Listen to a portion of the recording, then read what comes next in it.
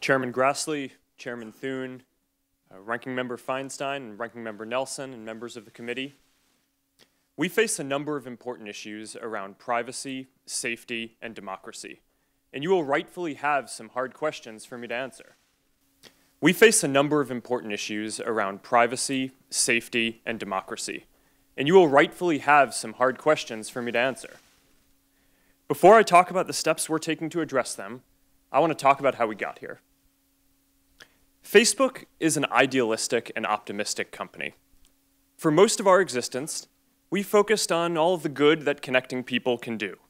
And as Facebook has grown, people everywhere have gotten a powerful new tool for staying connected to the people they love, for making their voices heard, and for building communities and businesses.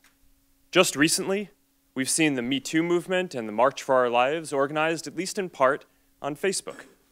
After Hurricane Harvey, people came together to raise more than $20 million for relief. And more than 70 million small businesses use Facebook to create jobs and grow.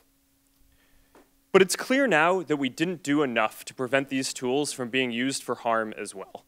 And that goes for fake news, for foreign interference in elections, and hate speech, as well as developers and data privacy. We didn't take a broad enough view of our responsibility, and that was a big mistake. And it was my mistake, and I'm sorry. I started Facebook, I run it, and I'm responsible for what happens here.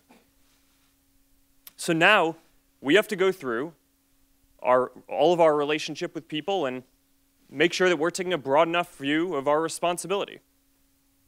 It's not enough to just connect people. We have to make sure that those connections are positive. It's not enough to just give people a voice. We need to make sure that people aren't using it to harm other people or to spread misinformation.